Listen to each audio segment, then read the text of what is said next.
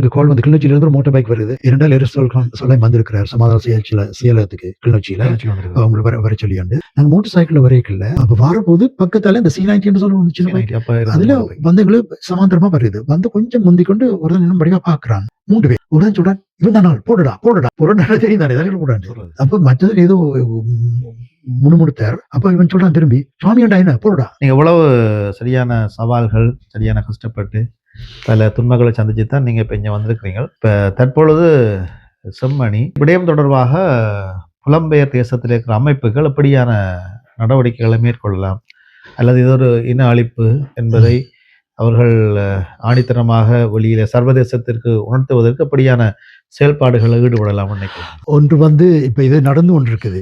இப்ப சில அமைப்புகள் அங்க போயிருக்கணும். எல்லாரும் ஒரு புள்ளியில இதை மையமாக வச்சு ஒரு புள்ளியாக வச்சு அதாவது செம்மணி இது இனப்படுகொலைக்கு ஒரு நல்ல ஆதாரம். இதில் 83 அங்கே முள்ளிவாய்க்கால நடந்தது நிச்சயம். அதோட 83 தொடக்கம் அதுக்கு முதலே இந்த இது நடந்து கொண்டே இருக்குது ஒழிப்பு. ஆனபடியால் இதை நாங்கள் முன் வச்சு எல்லாரும் ஒன்று செயல்பட முற்பட வேணும். இன ஒழிப்புன்றதை நாங்கள் முன்னுக்கு கொண்டு வர வேணும் என்று இப்போ நான் நினைக்கிறேன். இப்போ போயிருக்கிற சில அமைப்புகள் அதை தான் முன்னுக்கு வைக்கணும். நிச்சயமாக செம்மணியில் உள்ள ஆதாரம் அந்த பிள்ளைகள் அதை எல்லாத்தையும் பார்க்குற போது இது இன அழிப்புக்கான ஒரு ஆதாரம். அதை முன் வச்சு தான் நாங்கள் எங்களுடைய அடுத்த நடவடிக்கை எடுக்கணும் என்று நான் நினைக்கிறேன். அதில் தான் எல்லாரும் பயணித்து கொண்டிருக்கணும் இப்போ. ஆனால் எங்களுக்குள்ளேயும் இங்கேயும் இந்த வெவ்வேறு இதுக்குள்ள ஒற்றுமை இருக்கிறதாக தெரிய இல்லை. அதையும் நான் என்னுடைய இதுகளை நான் சொல்லியிருக்கேன். நாங்கள் ஒற்றுமையாக வர வேணும். எந்த விஷயத்தில் என்ன ஒற்றுமையாக வர வேணும். அங்கே புலத்தில் அரசியல் கட்சிகளில் இருந்து நாங்கள் ஒரு பாடம் படிக்க வேணும். அவர்கள்ட்ட இந்த ஒற்றுமையினத்தால் தான் சில மக்கள் மற்ற திசையில் மற்றவைக்கு போய் சப்போர்ட் பண்ணாது. இந்த ஆதரவு கொடுத்தவர்கள் இந்த அன்றாட பார்ட்டிக்கு அதிலிருந்து நாங்கள் ஒரு பாடம் படிக்க வேணும். எங்களோட ஒற்றுமை இனம் இருந்தால் நாங்கள் பிளவினமாக தான் போவோம் என்று நான் சொல்லியிருக்கேன். இன்னும் தொடர்ந்து நாங்கள் அவர்களை சந்திக்கிற போது அதை சொல்கிறது தான் என்னுடைய நோக்கமாக இருக்குது. இந்த அனுராவனுடைய ஆட்சி காலத்தில் தான் மீண்டும் இந்த புதைகுழிகளை கண்டுவதற்குரிய சாதகமான ஒரு சூழல் உருவாகி இருக்கிறது. ஏற்கனவே இலங்கையில் பல விடயங்கள் நடைபெற்றுக் கொண்டிருக்கு. ஒவ்வொரு நாளும் பல திடுக்கிடும் செய்திகளை நாங்கள் பார்க்கலாம். கைது அல்லது ஒரு சீர்திருத்தம், தூய்மையாக்குதல், இப்படியான சந்தர்ப்பத்திலே ஜனாதிபதி அவர்களை பற்றி ஒரு சிலருடைய உள்ளத்தில் நல்ல அபிப்பிராயமும் உருவாகிறது. அது எப்படியான ஒரு சூழலை உருவாக்கும்? நல்ல அபிப்பிராயம் இருக்கிறதுக்கு காரணமும் இருக்குது. அந்த ஊழல், அவள் சம்பந்தப்பட்ட அவருடைய செயல்பாடுகள், அதை உள்ளதை ஏற்றுக்கொள்ளத்தான் வேணும். அந்த நன்மையை ஏற்றுக்கொள்ளத்தான் வேணும். மற்ற அவரோட எளிமையான வாழ்க்கை. இதுக்கு முதல் இருந்த ஜனாதிபதிகள் பாருங்க, மக்களுடைய காசை சுரண்டி ஆடம்பர வாழ்க்கை வாழ்ந்தவர்கள். எங்களுடைய முழு இலங்கை தீவையும் கொண்டு போய் பாதாளத்தில் தள்ளி போட்டு வறுமைக்குள்ள தள்ளிட்டு, அந்த வகையில் அது மெச்சப்பட வேண்டிய விஷயம். தமிழருடைய பிரச்சனை சார்பாக அப்படியான அணுகுமுறையோர் மேற்கொள்வது அல்லது அது இவருடைய ஆட்சி முறையில் எங்களுக்கு ஏதாவது நன்மைகள் இருக்கு? இதுவரைக்கும் அவர் சொன்ன இதுகள் நிறைவேற்றவில்லை. ஒன்று வந்து இந்த செம்மணியை பற்றி சொன்னீங்கள், அது தவிர்க்க இயலாது. என்ன சொன்னால் தற்செயலாகத்தான் இது கண்டறியப்பட்டது. தற்செயலாக வேறு கட்டணம் போடுறதுக்கு கிண்டின போது எலும்புக்கூடுகள் வந்தது. அதை மறைக்க இயலாது. அப்படி அந்த முதலே கொண்டு போய் வைக்கப்பட்ட எலும்புக்கூடுகள் இருக்கு தானே, அதை பற்றி ஒரு தரம் ஒரு நடவடிக்கை எடுக்க இல்லையா இவர் உட்பட. ஆனால் மற்றது நீங்கள் 2-3 விஷயம் நீங்கள் பார்க்க வேணும். ஒன்று வந்து இப்போ சில வெளிநாட்டாக்களும் மனித உரிமை அந்த ஆணையம் கூட சொல்ல பார்க்கணும். ஆனால் இவருக்கு ஒரு சந்தர்ப்பம் கொடுக்க சொல்லியாண்டு. இதுக்கு முதல் வந்து எல்லா தலைவர்களும் அப்படித்தான் சொன்ன ஒரு சந்தர்ப்பம்.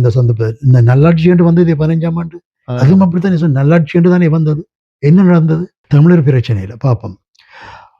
ஒன்று வந்து இவர் தமிழுக்கான நீதி கொடுக்க இயலாது. உதாரணமாக இவர் சொல்லிக் கொண்டு இருக்கிறார், எங்களுடைய ஆட்சியில் தேசியவாதத்துக்கு இடமில்லை. அங்கே 2 தேசியங்கள் தான் கதைக்கப்படுது. இங்கு தேசியவாதத்துக்கு இடமில்லை என்று சொன்னால் தன்னுடைய ஆட்சியில் பகிரங்கமாக இவர் சொல்லுவாரா? இப்போது 2 தேசியங்கள் பேசப்படுகின்றது.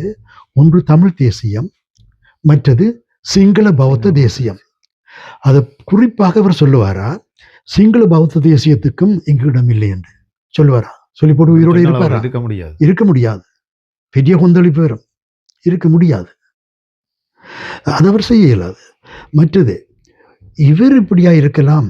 ஆனால் இவரை நம்பி ஒரு நீண்டகால ஒரு அரசியல் பயணத்தை மிக தீர்மானிக்கலாம். தனி ஒருவரை நம்பி தனி ஒருவரை நம்பி, அதாவது இந்த அரசாங்கத்தை நம்பி.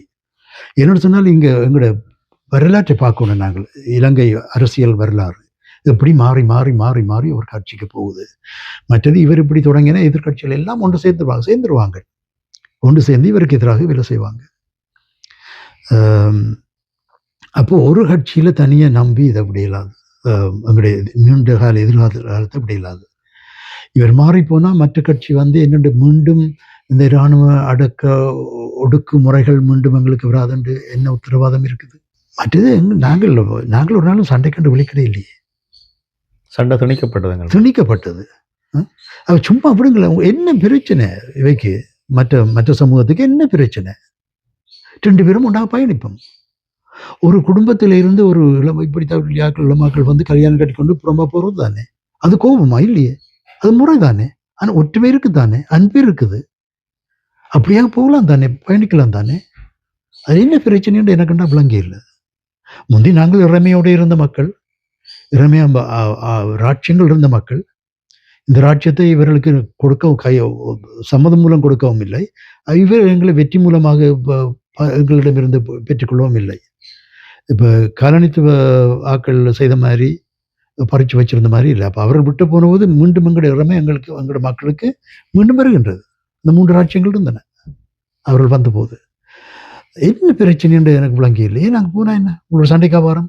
உங்களுடைய நிலத்தில் ஒரு துண்டு பறிக்கிறோமா? தமிழ் மக்கள் பறிக்கிறார்களா? இல்லையே. தற்பொழுது எங்களுடைய தமிழர் தாயகத்தில் இருக்கிற பெரிய பிரச்சனைகளுக்குள்ளே ஒன்று தலைமைத்துவ வெற்றிடம். நல்ல தலைவர் மாதிரி இல்லை. 2009 எங்களுடைய வழிகாட்டிகள் எல்லாரும் மறைந்து போய்விட்டார்கள். இப்பொழுது இருக்கிற அரசியல்வாதிகளில் கூட நாங்கள் நல்ல தலைவர், ஒரு இதய சுத்தியோடு தமிழ் மக்களுடைய பிரச்சனைகளை கொண்டு முன்னோக்கி செல்லக்கூடிய தலைவர் என்று சொன்னால் யாருமே எங்களுடைய தாயகத்தில் இல்லை. இப்படி ஒரு வெற்றிடத்துக்குள்ள இருக்கிற போது நாங்கள் இந்த வெற்றிடத்தை எப்படி நிரப்பலாம்னு நினைக்கிறீங்க? இவர்கள் ஒன்று வந்து ஒற்றுமையாக வர வேணும். ஆனால் ஒரு தலைமைத்துவம் இல்லை என்று சொன்னாலும் ஆற்றல்கள் உள்ளவர்கள் இல்லை என்று சொல்ல முடியாது. மற்றது நான் எப்போது நாம் பார்க்கறது 2 விஷயம். ஒன்று வந்து இதய சுத்தி வேணும். எனக்கு என்ற பெயர், இந்த தலைமைத்துவம் எனக்கு தான் வருவனும், நான் தான், அது இருக்கக்கூடாது. அது இல்லாத தலைவர்கள் இருக்கிறார்கள், உங்களுக்கு தெரியும். அதாவது நோக்கம், எங்களுடைய இலட்சியம், அதைத்தான் முன்னுக்கு வச்சு செயல்படுற ஆட்கள் இருக்கிறாங்க அரசியல். அதோட கட்டித்தனம் இருக்குது. உதாரணமாக இந்த நீதி சட்டத்துறையில் ஆர்வம் உள்ள இந்த வளம் உள்ள ஆட்கள் அங்கே இருக்கிறாங்க. அப்போ என்ன செய்ய வேணும்னு சொன்னால் அவர்களே தான் ஒரு ஒற்றுமை வர வேணும், பேசி பறைஞ்சு சொல்லுவோமே, அப்படியாவது ஒற்றுமை வர வேணும். அந்த ஈகோன்னு அந்த அகங்காரம் இல்லாமல் இதய சுத்தியோடு செயல்பட வேணும். கொஞ்சம் காலம் எடுக்கும், பரவாயில்லை. ஆனால் அப்படி வரபோது நிச்சயமாக ஒன்றொட்டு செயல்படுற போது நிச்சயமாக மக்களுக்கு தெரியும் இங்கே ஒரு தலைமைத்துவம் இருக்கா, எங்கே அந்த தலைமைத்துவம் இருக்குது என்றதை ஒரு அடையாளம் காணலாம். இப்போ எடுத்தோடனே இந்த முறை ஐநாவுக்கு போய் எங்களோட ஆதங்கங்களை வெளிப்படுத்துறதால உடனடியாக தீர்வு வர போகிறதுண்டு இல்லை. இது காலம் எடுக்கும். ஆனால் அந்த காலத்தில் நிச்சயமாக தலைமைத்துவம் உருவாகும் என்றதான் என்னுடைய நம்பிக்கை. நல்லது நேயர்களே, இவ்வளவு நேரமும் அருட்தந்தை பெர்னார்ட் அவர்கள் தன்னுடைய வாழ்விலே கடந்து வந்த அனுபவங்கள், தன்னுடைய சவால்கள் எல்லாவற்றையும் உங்களோடு பகிர்ந்திருக்கிறார்.